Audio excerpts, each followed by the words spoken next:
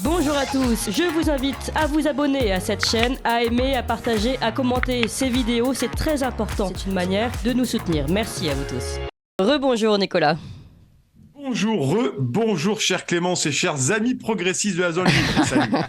Et aujourd'hui, vous nous parlez de ce gouvernement d'Elisabeth Borne qui a utilisé encore une fois le 49.3 pour faire passer le projet de loi de finances ainsi que le projet de budget de la sécurité sociale. Et l'opposition semble un petit peu trop dispersée pour renverser le gouvernement, hein. Eh oui Clémence, Mamie Vapote, c'est un peu la Lucky Luke du 49.3. Elle dégaine, elle rengaine, elle tire sur sa vapote, puis elle redégaine, puis elle re-rengaine et retire à nouveau sur sa petite vapote à la menthe défraîchie pour faire passer en force son projet de loi de finances dicté par la toute-puissante Union européenne.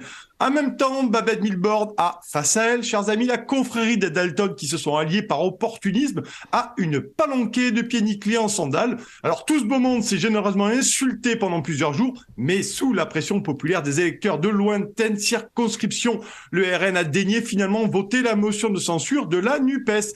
Même si une motion de censure, il faut le dire et le répéter à tous nos auditeurs, n'est pas un programme politique ni une capitulation pour le parti d'en face, car rien ne vous empêche, chers amis, mes petits loulous, de copier-coller les paroles de Tata Yo-Yo dans une motion de censure. Car le seul but de cette arme constitutionnelle sert à renverser cette équipe de bras cassés qui nous sert de quoi? Qui nous sert bien entendu de gouvernement. Oui, mais il a quand même manqué le fameux vote des Républicains pour renverser le gouvernement d'Elisabeth Borne, hein. Effectivement, car depuis la grosse claque reçue par Manu Premier aux dernières législatives, il fallait bien qu'on trouve une nouvelle colonie parlementaire de Playmobil. Et entre nous, c'est comme la trahison en politique, et ben franchement, c'est pas très difficile à trouver. Alors les petits républicains, avec le courage de la fuite qui les caractérise, n'ont pas voté la motion de censure des battleurs de la NUPES et des saltimbanques du RN.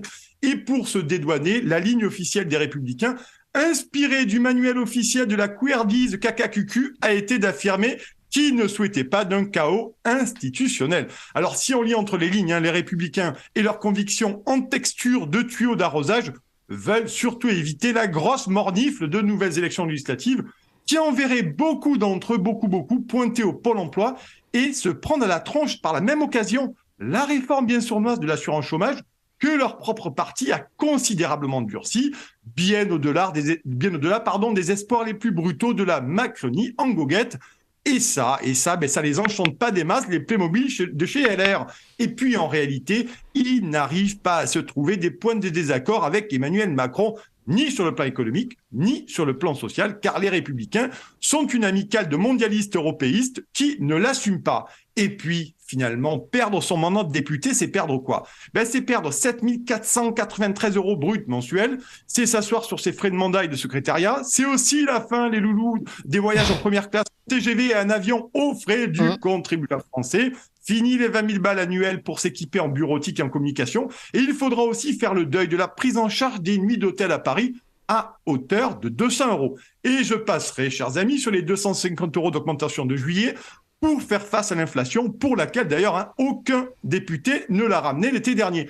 Donc vous comprendrez que les républicains de pacotille ne vont pas renverser la table de chez Mémé, mais pensent avec une certaine concupiscence au destin de Bruno le rigolo, le bien nommé Bruno Le Maire, ou celui de Gérald Darmanin, qui ont intégré la cour du roi Manu, et on ne sait jamais, mieux vaut ne pas cracher sur l'avenir. Ouais, on a quand même l'impression que la représentation populaire a de plus en plus de mal à se faire entendre, Nicolas. Et oui, et là se situe la question de fond emmêlée dans le nœud du problème démocratique. Existe-t-il aujourd'hui des débouchés démocratiques pour que le peuple français puisse contester, échanger à la force du poignet la trajectoire d'un pouvoir quasi monarchique inféodé aux desiderata d'une oligarchie de puissants intérêts privés protégés par l'omnipotente Commission européenne, elle-même dirigée, les copains, par l'impératrice au texto supprimé, la très désagréable Ursula von der Leyen. D'ailleurs, rien que de dire son nom, franchement, ça me file des aftes.